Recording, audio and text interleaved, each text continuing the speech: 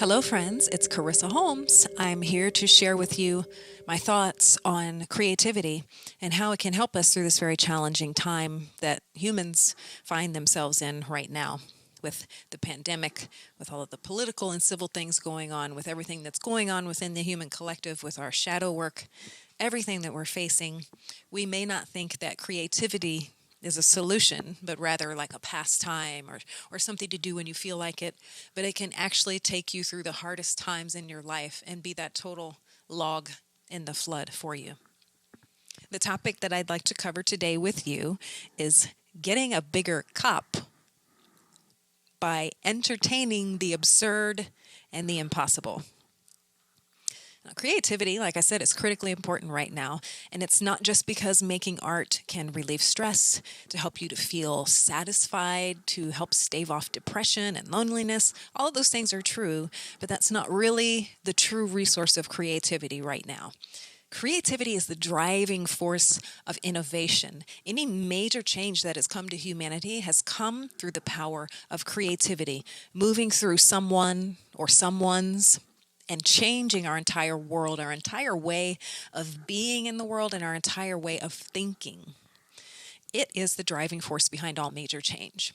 Now, creativity can help us figure out a myriad of workable solutions to any one of life's challenges and the special challenges that we're facing now. Creativity can be especially helpful because you have to get yourself out of the mindset you were in as the problem was created and generated in order to solve it. Because if you're in that same consciousness of the problem, you're never going to be able to get around it or outside of it to see the truth that is beyond that. So it's not about being crafty or artistic or making art pieces. It's really about transformation.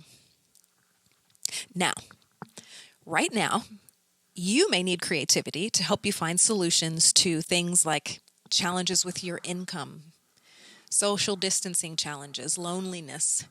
There's a whole myriad of problems that we're facing now. Perhaps you've lost all or part of your income because of the pandemic. I personally have lost well over half my income, like half my income, because what I did was not things that one can do during a pandemic safely. And I believe that I need to honor personal safety and health above personal profit. So I've had to use my own creativity to be quick on my feet, to maneuver, to find ways to look at the skill sets and the things that I have to offer and find ways to flip them creatively and reinsert them, if you will, back into the matrix of this ever-changing new society we find ourselves in, where we're doing everything online or social distancing. There's more focus on health, on stress relief. Families aren't able to come together as much. So we're looking for ways to connect that don't involve us being in the same physical space. I had to use my creativity to find out what can I even do to make my offering into the world and make it make sense in some way, to contribute to society in some way, and become a way for me to pay my bills. Now, perhaps you've experienced some of that. Perhaps it's just that you feel creativity is going to help you to become a bigger and better being in these coming times. Whatever it is, creativity is necessary not just for transformation, but for our very survival. The only reason we've survived and done as well as we have as a human race is our creativity and our connection to what's next coming through us in where we are and blossoming and magnetizing us forward to our vision, rather than us just looking at the bits and bobs and nuts and bolts of whatever challenge we're faced with and kind of pushing those pieces around the table endlessly with the same consciousness that the problem was created and just driving ourselves nuts. So, how do you come up with these wonderful, creative, and even genius ideas that can change your life and can even change the world? I'll share one technique with you in this video that I like to call getting a bigger cup.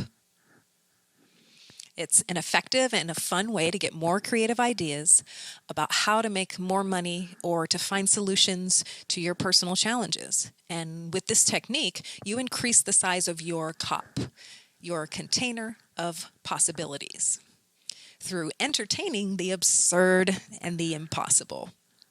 And here's how you do it. You might want to pause the video and grab a piece of paper or something to jot down a few notes so that you can practice this later on this week. So every day this week, get a notebook and a writing utensil, or just open the app of your choice wherever you like to take notes, and begin to brainstorm ideas on ways to express your creativity by offering a product, a service, or your time and attention and energy as currency. Okay, we can even break outside of the box of products and services and think about our presence and time and energy as something to trade as currency. Now, you can simply begin writing whatever comes into your brain, which is great, or you may choose to take and make headings with whatever specific skills or knowledge or things that you like to do that you may have in mind. And underneath those headings, you'll put the specific brainstorms related to what that heading is all about. It'll help you kind of nail things down later if you want to brainstorm like that, or you can be completely free. Now, the key is, I want you to make sure that many of these ideas are completely absurd, impossible.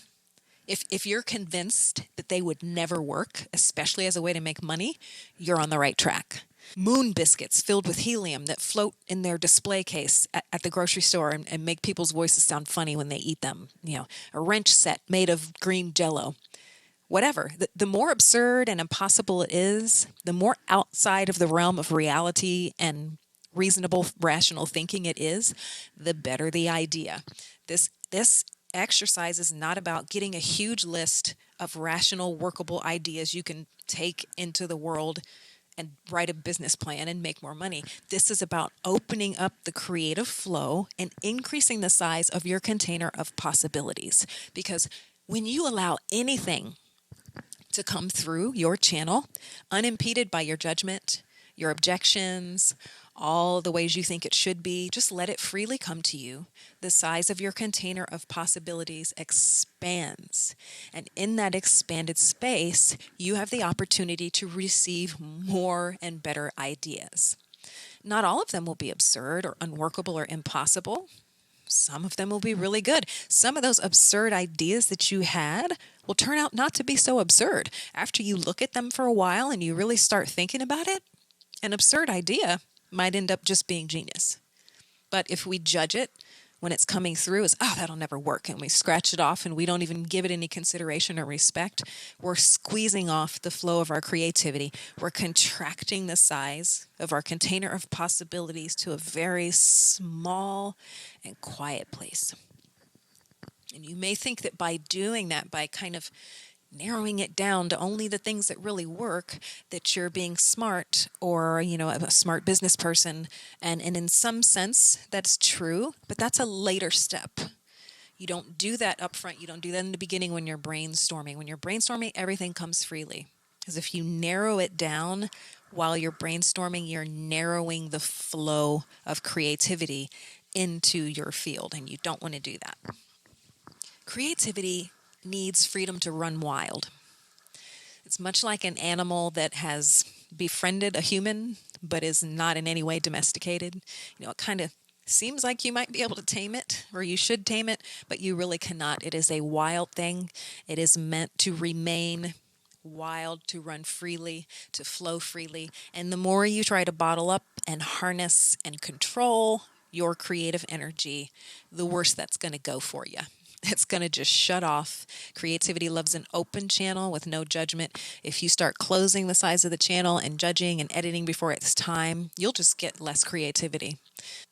So, during the brainstorming process, run naked and wild through the land of the absurd and the impossible and enjoy yourself. Be like a kid again. You can cherry pick and edit things later in another phase of the creativity process after you have honored the wildness that wants to come through you. Now, this process is particularly effective in a group. If you can gather either virtually or very carefully in person, small groups, with people who are very different than you, different walks of life, different economic bracket, maybe just different ways of thinking, maybe they're from a different country or culture. The more diversity you can include in your group, the more creativity will come through, because these people have a totally different way of life and of thinking and being than you do. If you choose people that are just like you from your neighborhood or your work, you're all kind of in the same box together, and you're going to come up with a lot of the same stuff. So try to put some diversity in your group and collaborate and say, we're just getting together. We're just going to brainstorm any idea. The more absurd, the better. The more impossible, the better. Whatever it is, let's all just share it and throw it out there. And if you have some way to record this, like in Zoom, you can record or have somebody taking notes, you'll be amazed at what a diverse group can come up with in a very short period of time of being free to brainstorm without judgment or objection or editing or discarding an idea because that's not what we're talking about. That's totally tangent. It's off base. When there's none of that and there's freedom, you'd be amazed at what can come through. So your assignment this week is to do this get a bigger cup exercise with or without friends. And I would love it if you would share with me on my Facebook page /Carissa Creates what your results were. What absurd things did you come up with that you never thought could fall into your mind? Did you surprise yourself? Did you surprise a coworker or a family member? I'd love to know more about it. Enjoy the creative process. Let yourself be a little wild, and I'll talk to you soon.